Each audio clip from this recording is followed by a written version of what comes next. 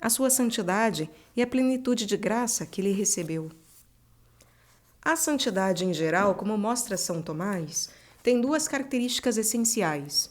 Em primeiro lugar, a ausência de toda mancha, de todo pecado e imperfeição direta ou indiretamente voluntária.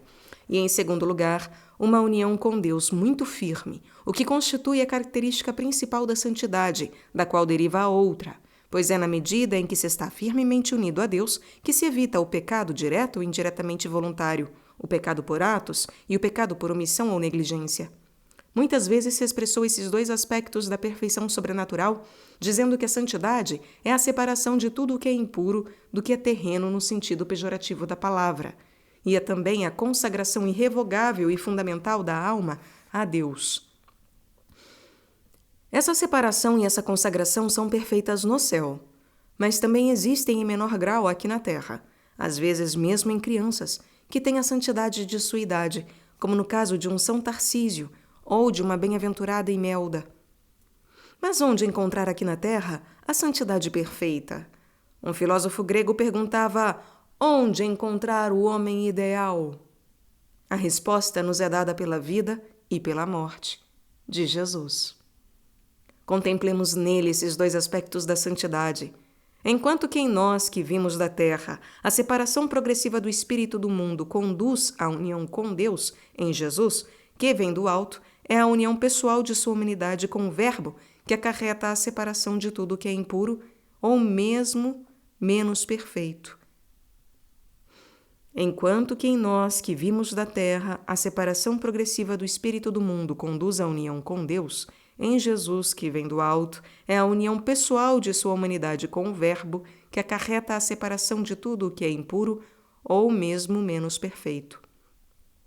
Mas para melhor compreender esta perfeição radical do Salvador, elevemo-nos progressivamente de nossas regiões rasteiras em direção àquela onde ele habita. Vejamos primeiramente o que foi nele a ausência de pecado e de imperfeição, e assim compreenderemos melhor em seguida o caráter totalmente positivo de sua santidade e o que ela tem de único. Jesus não teve nenhum pecado. Os próprios incrédulos se veem obrigados pela história de vida de Cristo a reconhecer que jamais um homem tão perfeito apareceu na terra. Mesmo aqueles que, como Renan, passaram toda a sua vida, coisa terrível por suas consequências, negando a divindade de Jesus, mesmo eles precisam confessar que ele é incomparavelmente superior a todos os sábios do paganismo e que a virtude de um Sócrates não chega nem perto da sua bondade, da sua paciência na provação, de sua gentileza com seus carrascos. E diversos racionalistas acrescentam: nunca haverá neste mundo perfeição moral mais elevada. Jesus permanecerá sempre o modelo inigualável, o sábio ideal. Com efeito, não se pôde descobrir em Jesus nenhum pecado, nenhuma imperfeição. Alguns humanitários de linguagem melosa reprovam a sua cólera contra os fariseus e os vendilhões do templo. Mas é evidente que essa cólera foi a santa indignação do zelo. Somente podem reprová-la aqueles que se tornaram, por egoísmo, totalmente indiferentes aos direitos de Deus e à salvação das almas. Não somente não se pôde descobrir em Jesus nenhuma falta, mas desde antes do seu nascimento, o céu acumula os testemunhos em favor da sua absoluta inocência. Isaías anuncia: ele será chamado Conselheiro Admirável, Deus Forte, Pai Eterno, Príncipe da Paz. Eis o meu servo, que eu sustento, o meu eleito em quem me comprazo, pois sobre ele o meu espírito, ele trará o julgamento às nações. Não clamará, não levantará a voz, não fará ouvir a sua voz nas ruas, não quebrará a cana rachada, não apagará a mecha bruxuleante. Com fidelidade trará o julgamento. Não vacilará nem se deixará abater, até que tenha estabelecido a justiça na terra. Mais tarde, no dia da Anunciação, o arcanjo Gabriel diz a Maria: o santo que nascer de ti será chamado Filho de Deus. A José, um anjo diz: não temas receber Maria, tua esposa, pois o que nela foi gerado vem do Espírito Santo. Ela dará à luz um filho, e tu o chamarás com o nome de Jesus, pois ele salvará o seu povo dos seus pecados. Jesus, virginalmente concebido no seio de Maria, está, portanto, isento da mancha original, e é em previsão de seus méritos que sua mãe foi preservada desta mancha. O velho Simeão, divinamente inspirado, vê no menino Jesus a salvação dos povos, a luz que deve dissipar as trevas das nações. Lumen ad revelationem gentum et gloriam plebis tuae, Israel. São João Batista recusa inicialmente batizar Nosso Senhor, dizendo-lhe: Eu é que devo ser batizado por ti, e tu vens a mim? Jesus lhe responde: Deixa estar por enquanto, pois assim nos convém cumprir toda a justiça. E nesse dia o Espírito Santo desceu sobre Jesus em forma de uma pomba, e do céu uma voz se fez ouvir, dizendo: Este é meu Filho amado, em quem me comprazo. Mais tarde, os fariseus espiam Nosso Senhor, procurando alguma acusação que possam formular contra ele. Jesus, em sua soberana dignidade, igual à sua humildade, lhes responde: Quem de vós me acusará de pecado? Quem é de Deus, ouve as palavras de Deus. Por isso não ouvis, porque não sois de Deus. Para defender a mulher adúltera dos que se preparavam para a lapidar sem nenhuma piedade, Jesus diz: Aquele dentre vós que estiver sem pecado, seja o primeiro a lhe atirar uma pedra. E eles, sentindo-se acusados por sua consciência, retiraram-se um após o outro. Durante a paixão, Pilatos declara: De minha parte não encontro nele crime algum. Ele lava as mãos diante do povo, dizendo: Estou inocente do sangue deste justo. A responsabilidade é vossa.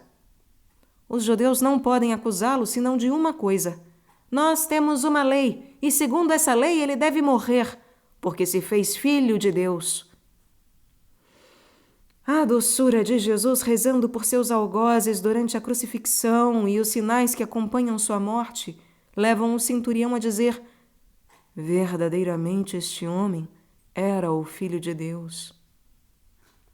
Finalmente, sua ressurreição é a manifestação gloriosa de sua santidade, como os apóstolos não cessam de proclamar. São Pedro, recordando a profecia de Isaías, escreve em sua primeira epístola: Cristo sofreu por nós, ele que não cometeu nenhum pecado. Mentira alguma foi achada em sua boca. Ele carregou sobre si nossos pecados, a fim de que vivêssemos para a justiça. É por suas feridas que fostes curados. Tal é precisamente, diz a Epístola aos Hebreus, o sumo sacerdote que nos convinha: santo, inocente, imaculado, separado dos pecadores, elevado acima dos céus. Ele não precisa, como os sumos sacerdotes da antiga lei, oferecer sacrifícios a cada dia, primeiramente por seus pecados e depois pelos do povo. Ele já o fez uma vez por todas, oferecendo-se a si mesmo. Todos esses testemunhos do céu e da terra atestam que Jesus não tinha nenhum pecado. Ele nunca foi contaminado pela mancha original e nunca cometeu o menor pecado pessoal. E mais, não somente o Salvador jamais pecou de fato, mas era absolutamente impecável, como ensinam geralmente os padres e a teologia. Impecável por 3 motivos: em razão de sua personalidade divina, em razão da plenitude de graça inadmissível e em razão da visão imediata que ele tinha da soberana bondade, da qual não podia se afastar. Assim como um pedaço de ferro em brasa, conservado sempre no fogo, não pode esfriar, assim também a alma de Jesus, unida pessoalmente e indissoluvelmente ao Verbo e por isso enriquecida com a plenitude da graça e sempre iluminada em sua parte superior pela luz da glória, não podia pecar. É absolutamente impossível que o pecado seja atribuível ao Verbo encarnado. Isso equivaleria a dizer que Deus pecou. Ele pôde morrer por nossa salvação, mas não pecar. Deus não pode desviar-se de si mesmo, negar-se a si mesmo. Isso é evidente. Da mesma forma, uma alma que recebeu a plenitude da graça de modo inadmissível não pode pecar, pois isso seria perder essa plenitude, ou ao menos diminuí-la. Por fim, uma alma que vê Deus imediatamente como santos no céu não pode afastar-se dele, nem cessar um só instante de amá-lo. Jesus, isento de toda imperfeição. Além de não haver pecado, tampouco houve jamais em Jesus a menor desordem involuntária de sensibilidade, nem qualquer imperfeição moral. Nunca, com efeito, existiu nele a concupiscência, que é em nós uma das consequências do pecado original. Naturalmente, ele não foi isento dos ataques do mundo e do demônio. Ele permitiu mesmo que a tentação se levantasse contra ele, para nos ensinar a vencê-la. Jesus foi conduzido pelo Espírito através do deserto durante 40 dias e 40 noites e foi tentado pelo diabo. Tentações de vanglória e de orgulho, às quais ele respondeu pela palavra santa e por atos de humildade. Nenhuma imperfeição moral veio diminuir a santidade do Salvador. Jamais ele foi infiel ou menos pronto a responder à menor inspiração de seu Pai. Aquele que me enviou está comigo, dizia ele. Não me deixou sozinho, porque faço sempre o que lhe agrada. Ele não teve jamais outro objetivo, além de glorificar a Deus, ao salvar as almas, segundo a plenitude de sua missão. Esse é o aspecto, por vezes chamado negativo, da santidade de Cristo, a ausência de todo pecado. Mas como é o pecado que representa uma privação, uma desordem, esse aspecto, que é a ausência de uma desordem, é na verdade muito positivo e nos manifesta já, de certo modo, a íntima união com Deus, que constitui formalmente a santidade de Jesus.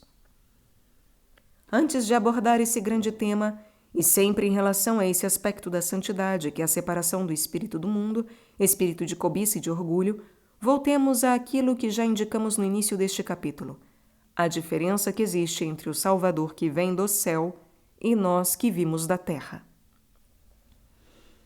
Jesus, em sua santa alma, está separado do espírito do mundo por sua própria elevação, porque ele vem do alto, porque ele é o Verbo que se fez carne, descido do céu para nos salvar.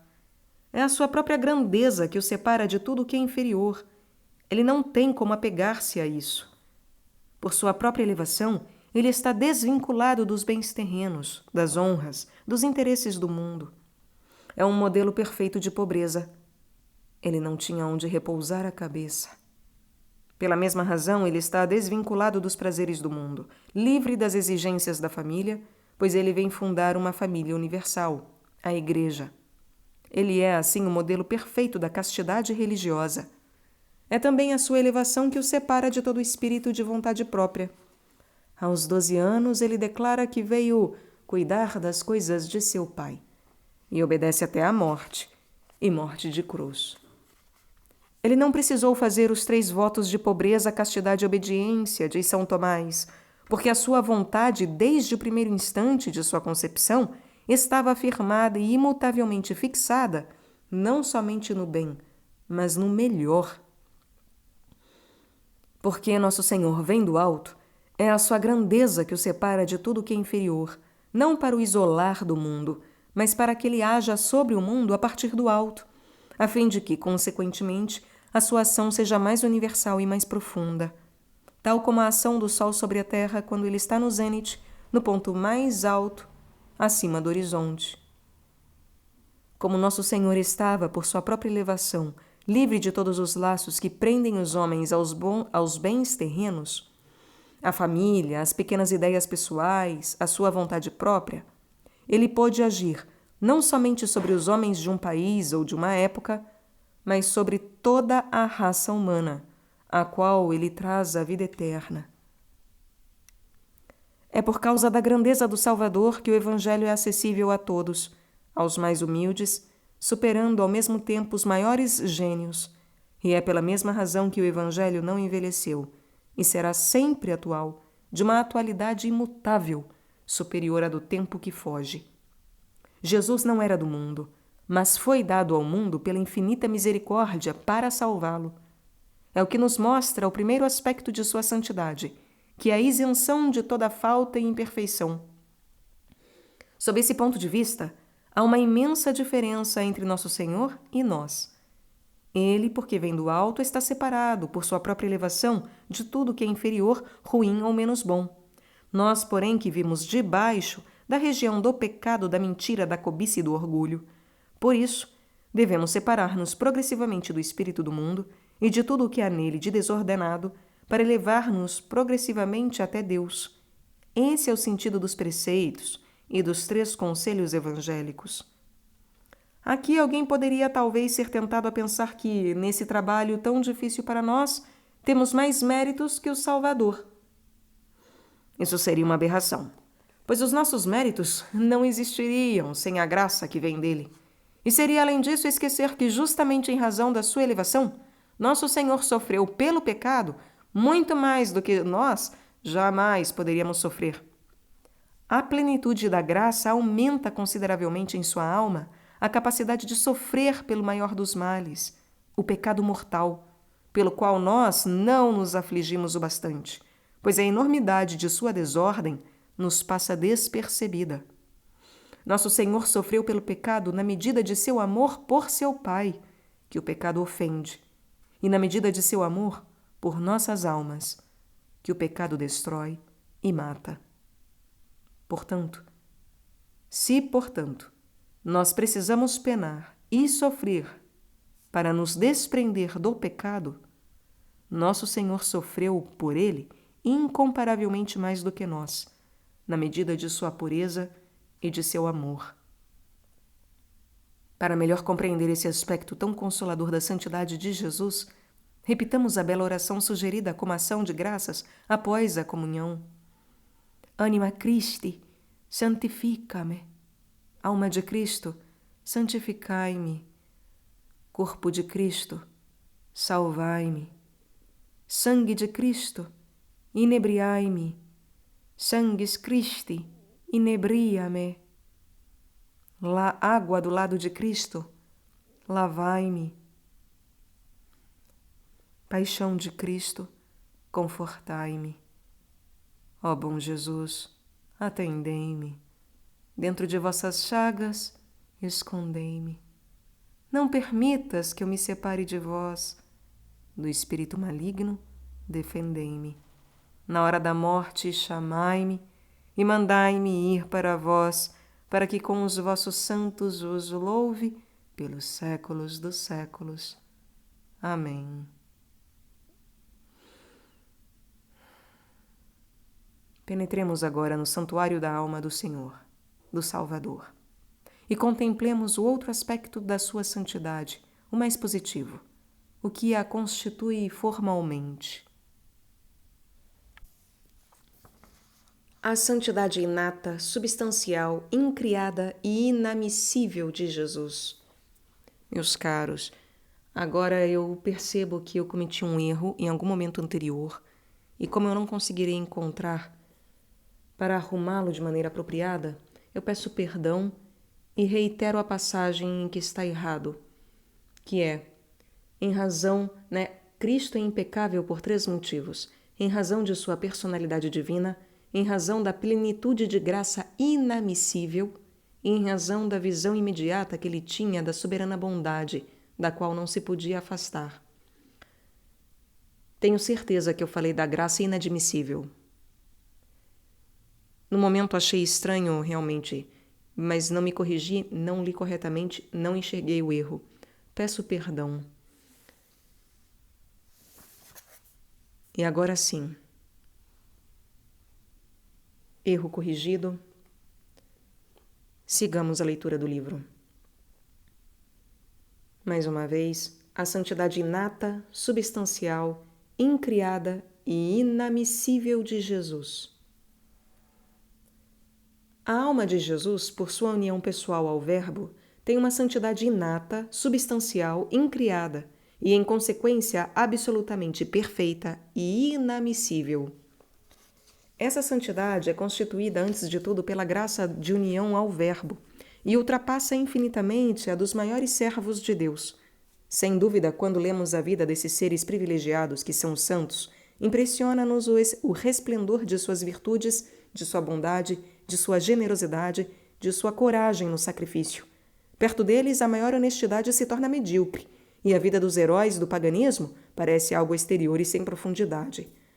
O que caracteriza os santos é que eles se dedicaram não somente a um ideal terreno, de ordem intelectual ou moral, mas se entregaram plenamente a Deus, são tomados por Ele, possuídos por Ele, e não vivem senão para Ele e para salvar as almas. Eles consideram como ordens de Deus os conselhos de seu amor e se deixam guiar pela inspiração divina, ainda que esta os conduza aos maiores sacrifícios. Ora, quanto mais eles se entregam a Deus, mais o Senhor os cumula de seus dons, e quanto mais eles recebem, mais se doam, dando a vida pelo próximo. E, no entanto, essa santidade dos maiores servos de Deus é infinitamente inferior à do Salvador. Ela emerge pouco a pouco de múltiplas imperfeições. Ela não é absolutamente neles uma perfeição inata, não. É o coroamento de um longo e penoso esforço, o fruto do trabalho da graça e dos seus méritos. É o termo de uma ascensão onde, por vezes, até mesmo os guias tropeçam, como Pedro durante a paixão do seu mestre. É certamente mais fácil caminhar na planície e percorrer os caminhos já batidos do que fazer essa ascensão, sobretudo ali onde não há mais caminho e já não se sabe onde colocar o pé. Por vezes se recua, parece-se estar perdido e ameaçado de ser surpreendido pela escuridão e pelo frio, sem nenhum abrigo. Nessa ascensão, como observa São João da Cruz, que pode ser ouvido aqui no canal, há altos e baixos. Damos 3 passos para frente e 2 para trás, mas ainda assim avançamos, e depois de longas provações, durante as quais o servo de Deus não está isento de cometer faltas, ele chega progressivamente, sob a iluminação da fé, à união com Deus.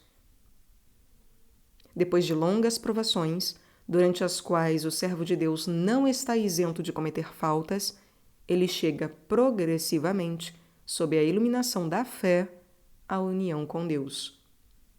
Sua santidade, mesclada às vezes de precipitação e outras vezes de pusilanimidade, é uma obra laboriosa e lenta, obra da graça e da cooperação pessoal, ainda com numerosos sinais de fragilidade humana, como vemos na vida dos maiores santos, que foram os apóstolos.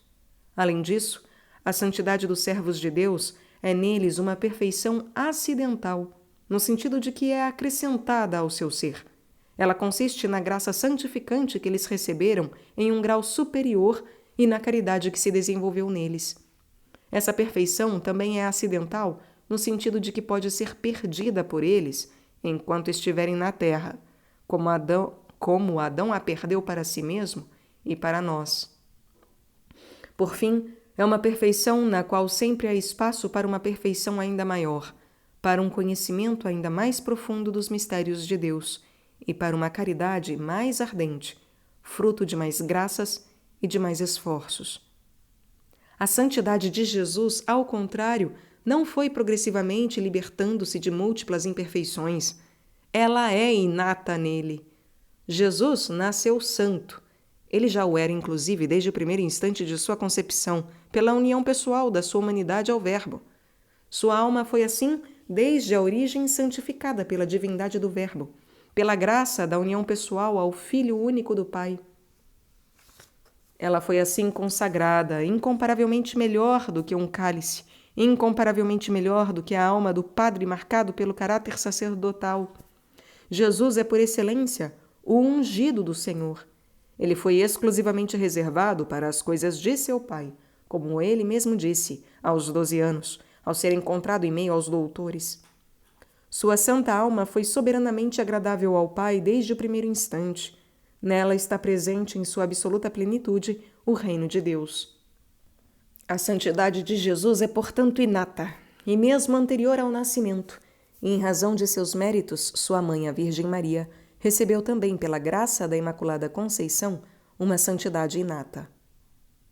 Mas o que não pertence senão a Cristo, o que não se encontra em nenhuma outra alma humana e em nenhum anjo, é que a sua santidade é não somente inata, mas substancial e incriada. Não é uma perfeição acidental, acrescentada ao seu ser. É a própria santidade do Verbo eterno, que santifica substancialmente a alma de Jesus, dando-lhe a subsistência. Ela a penetra, assim, tanto quanto possível. Se os santos são seres tomados por Deus, possuídos por Ele, Com quanto maior razão o ungido do Senhor, que recebeu a plenitude da unção divina e que por ela subsiste, pois não há em Jesus, como vimos, senão um único sujeito de atribuição, uma única pessoa, e, portanto, uma única subsistência ou personalidade, a do Verbo, e uma única existência, em virtude da qual ele dizia, antes que Abraão fosse, eu sou. Isso equivale a dizer que a santidade de Jesus, assim como a graça de união ao Verbo, é não somente substancial, mas é incriada, pois ela é formalmente constituída pela personalidade incriada do Verbo, que se uniu para sempre à alma do Salvador, de tal forma que em Jesus as duas naturezas existem por existência incriada. É o que lhe permite dizer: eu sou a verdade e a vida, ou eu sou aquele que é. Jesus é aquele de quem falava Isaías ao dizer: eu vi o Senhor sentado sobre um trono elevado. Acima dele estavam 2 serafins, cada um com 6 asas. Com 2 cobriam a face, com 2 cobriam os pés, e com 2 voavam. Eles clamavam um para o outro e diziam: Santo, Santo, Santo é Yahvé dos exércitos, a sua glória enche toda a terra. Igualmente, São João, no Apocalipse, reporta estas palavras: Santo, Santo, Santo é o Senhor, Deus Todo-Poderoso, aquele que era, que é e que vem. Esta santidade substancial e incriada de Cristo é, pois, a mais perfeita que se possa conceber, a mais íntima, a mais firme. Ela faz dele o Santo dos Santos. Poderia uma pessoa divina estar mais intimamente e indissoluvelmente unida a uma natureza criada, do que comunicando-lhe sua própria subsistência ou personalidade e sua existência? É impossível conceber uma santidade mais elevada, a ponto de se poder dizer que, se os apóstolos Pedro e Paulo são santos, Jesus é a própria santidade, assim como é o próprio Deus e a deidade. Essa santidade é consequentemente inamissível, pois o Cristo não pode deixar de ser o Cristo, o ungido do Senhor. Ele o é e sempre o será. In eternum. É por isso também que ele é sacerdote por toda a eternidade. Numa palavra, a santidade de Jesus é antes de tudo constituída pela graça de união, que é incriada, que é a própria pessoa do Verbo possuindo para sempre a humanidade do Salvador. Jesus vive, portanto, constantemente em uma ordem superior à da natureza e à da graça ou da santidade sobrenatural criada. Sua alma vive em uma ordem especial, a ordem da união hipostática, a da vida pessoal e substancial de Deus, na qual a estabelece a graça da sua união ao Verbo. Os santos, sobretudo no céu, gozam do êxtase do conhecimento e do amor. Sua inteligência e sua vontade estão como que perdidas em Deus, arrebatadas pelo objeto divino. A santa alma de Jesus, desde o primeiro instante da sua criação, goza de um êxtase superior ao da contemplação e do amor. Ela goza, como foi dito, do êxtase do ser ou da existência. Êxtase regular, tranquilo, permanente, pois a alma do Salvador subsiste unicamente pela personalidade e a existência incriada do Verbo. Tal é a santidade inata, substancial e incriada de Jesus, constituída formalmente pela união pessoal de sua humanidade ao Verbo. Devido à afirmação da Igreja de que a santidade de Cristo é inata, alguns incrédulos pretenderam que ela seria, por isso, sem dificuldades e sem méritos. É fácil responder que, se a santidade de Jesus não é fruto do mérito, ela é fonte de todos os seus méritos e dos nossos. Além disso, se há alguém que encontrou na terra a dificuldade, a contradição, a luta, foi o Salvador. Dirá alguém que os santos prevenidos por graças especiais desde a infância têm menos méritos do que nós?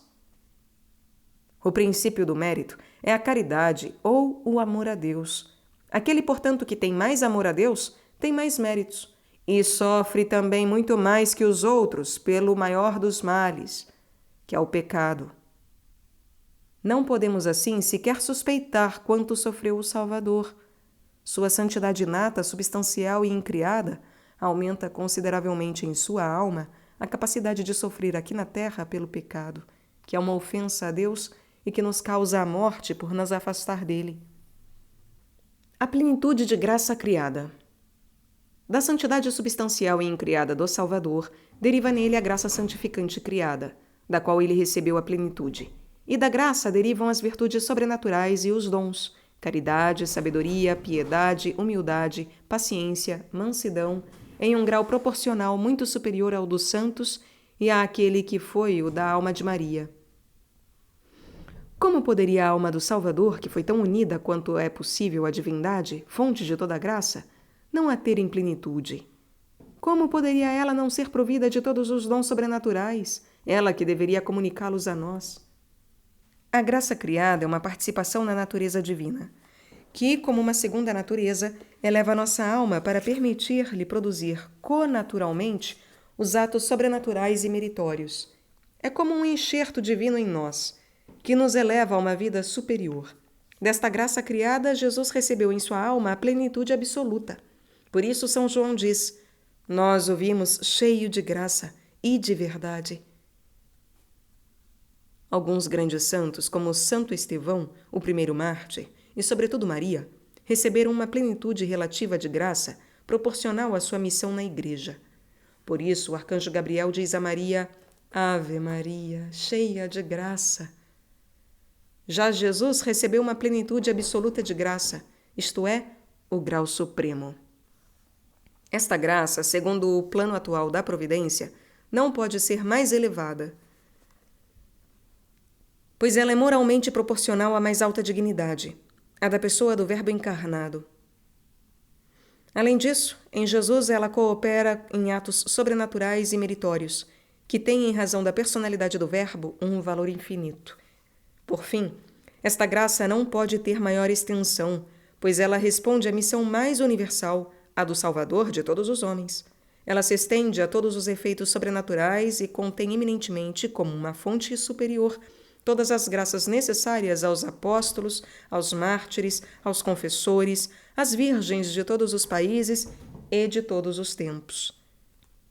A alma de Jesus, diz São Tomás, recebeu a graça habitual como o sol recebeu a luz, segundo o mais alto grau de intensidade e segundo o maior esplendor. E, se houver no mundo físico um centro luminoso mais intenso e mais resplandecente ainda que o Sol, centro de nosso sistema planetário, é nele que temos que pensar para ter um pálido símbolo do que deve ser a plenitude da graça criada na alma do Salvador. Isso significa que a graça habitual em Jesus ultrapasse em intensidade e em esplendor a de todos os santos e de todos os anjos reunidos, assim como a luz do Sol predomina sobre a dos planetas e de seus satélites. Essa plenitude de graça, Cristo a recebeu desde o primeiro instante da sua concepção, pois ela é uma consequência imediata da união pessoal ao Verbo, e mesmo neste primeiro instante foi livremente que ele a recebeu, pois a sua santa alma foi criada, como os anjos, não num estado de sono, mas em estado de vigília, e livremente operante. Tão perfeita é essa plenitude desde o primeiro instante, que ela não pôde aumentar no decurso da vida terrestre de Nosso Senhor, mas, com um tal grau de graça, ele realiza obras cada vez mais perfeitas, ao crescer em idade e até a consumação de sua missão na cruz. Assim como, em certo sentido, o Sol, cuja luz conserva um grau igual de intensidade, ilumina e aquece tanto mais a Terra quanto mais se aproxima do zênite, o ponto mais elevado do céu. Dessa plenitude de graça derivam desde o primeiro instante as virtudes e os dons que são conciliáveis com a missão beatífica e com a união pessoal ao Verbo, e dela derivam em um grau proporcional, isto é, no grau supremo. Por aí podemos entrever o que foi, desde o primeiro instante, a caridade de Cristo, o seu amor por seu Pai e pelas almas, e sua sabedoria, a sua prudência, a sua piedade, a sua justiça, a sua fortaleza, a sua paciência, a sua humildade, a sua mansidão. Ele teve desde o primeiro minuto todas essas virtudes em grau supremo, com exceção daquelas que comportam essencialmente uma imperfeição inconciliável com a visão beatífica, que ele recebeu desde o primeiro instante. Assim, ele não teve nem fé nem esperança, que desaparecerão em nós para dar lugar à visão de Deus. Ele não teve tampouco a penitência, que supõe um pecado pessoal, mas assumiu sobre ele a pena devida por nossos pecados. Isso nos mostra como seria falso dizer que Cristo, tendo recebido tanto, não poderia sofrer. Bem ao contrário, como já fizemos notar, a plenitude de graça aumenta consideravelmente em sua alma a capacidade de sofrer aqui na terra pelo maior dos males, que é o pecado. Quanto mais uma alma aqui na terra é pura e elevada, mais ela sofre pela desordem radical que é o pecado mortal, que afasta as almas de Deus, o seu fim último.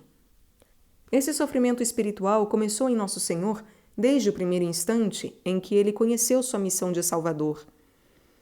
Ele ofereceu então o seu primeiro ato de amor em união com os que se seguiram até sua morte. Desde o início ele ofereceu toda a sua vida, incomparavelmente melhor do que o faz o religioso, quando em sua profissão promete obediência até a morte. Esta plenitude de graça se manifestou, enfim, pela harmonia maravilhosa das virtudes aparentemente mais opostas. A harmonia, que é a unidade na diversidade, é tanto mais bela quanto mais profunda é a unidade em uma diversidade mais completa, quanto mais profunda é a intimidade entre extremos mais afastados. Ora, em Jesus se conciliam admiravelmente o sobrenatural mais elevado e o natural mais simples e mais espontâneo. Nós, ao contrário, muitas vezes, quando queremos ser naturais, esquecemos as exigências da graça e caímos no naturalismo prático da tibieza. Ou então, quando queremos, sem passar pelos indispensáveis estágios intermediários, chegar à perfeição sobrenatural, quando queremos chegar à perfeição sobrenatural, sem passar pelos indispensáveis estágios intermediários, caímos em uma rigidez orgulhosa que lembra a dos jansenistas ou no falso sobrenatural de uma exaltação que beira a extravagância.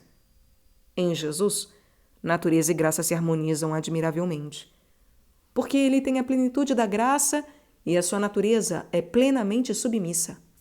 Nele se harmonizam também a sabedoria mais sublime e o senso prático mais apurado. Quanto a nós, acontece-nos ser ou demasiadamente abstratos, perdidos em vagas generalidades, ou, ao contrário, demasiadamente concentrados nos detalhes, sem ver as coisas suficientemente em perspectiva. Em Jesus se unem ainda a perfeita justiça e a misericórdia inesgotável, enquanto em nós a justiça degenera em rigidez e a misericórdia em fraqueza. Lembremo-nos do perdão do Salvador à mulher adúltera. Que firmeza e, ao mesmo tempo, que bondade! Nele se harmonizam igualmente uma dignidade soberana e a mais profunda humildade, enquanto que entre os homens, os magnânimos são muitas vezes um pouco arrogantes e as almas naturalmente modestas permanecem frequentemente pusilânimes e sem energia. Em Jesus se conciliam por fim a fortaleza mais heróica e a maior mansidão no sorriso do crucificado que suplica por seus algozes: Pai, perdoa-lhes, porque não sabem o que fazem. Pater, dimitte illis, non enim sciunt qui faciunt. Pater, dimitte illis, non enim sciunt qui faciunt.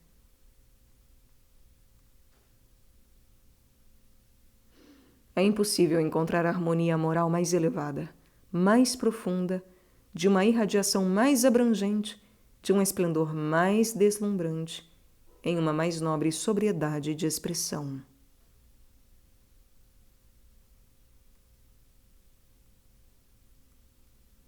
Qual a consequência disso para nós? Jesus é um sol de santidade que quer prodigalizar seus esplendores. Ele recebeu a santidade como o princípio universal de todas as graças, graças de luz, de atração, de força. Ele não é um vaso, um riacho, uma torrente de santidade. Ele é a sua fonte viva. São João nos diz: de sua plenitude todos nós recebemos graça sobre graça. Contemplemos esse resplendor na vida dos santos, na dos apóstolos, dos mártires, dos confessores, das virgens de todos os tempos, incluindo o nosso.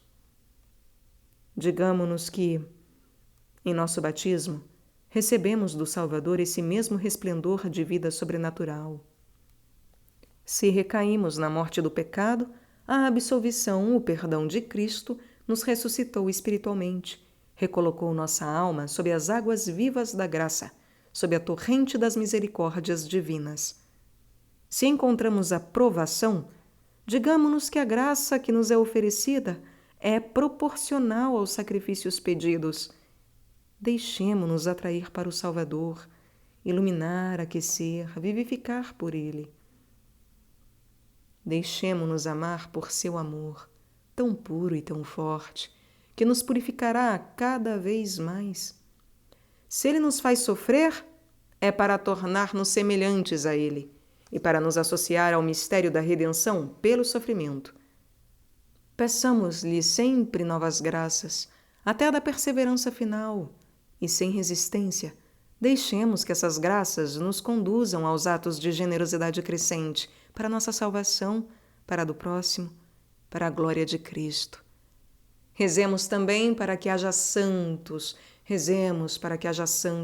que digam aos homens de nosso tempo o que eles mais precisam ouvir e que, por sua vida, revelem o amor de Cristo por nós. Já no Antigo Testamento, o Senhor dizia a seus ministros: sede santos, porque eu sou santo. Agora que recebemos aquele que é o Santo dos Santos, digamos-lhe: Senhor, santificai-nos, a fim de que santifiquemos o vosso nome, que reconheçamos vossa bondade e que o vosso reino se estabeleça mais profundamente em nós. É a primeira oração que a criança aprende de sua mãe. São as primeiras palavras do Pai Nosso. Pai nosso que estais no céu, santificado ou glorificado seja o vosso nome. Que ele seja reconhecido como santo, e não somente por nossas palavras, mas por nossos atos, por toda a nossa vida, que deveria ser um canto de glória ao Criador, por reconhecermos a sua bondade.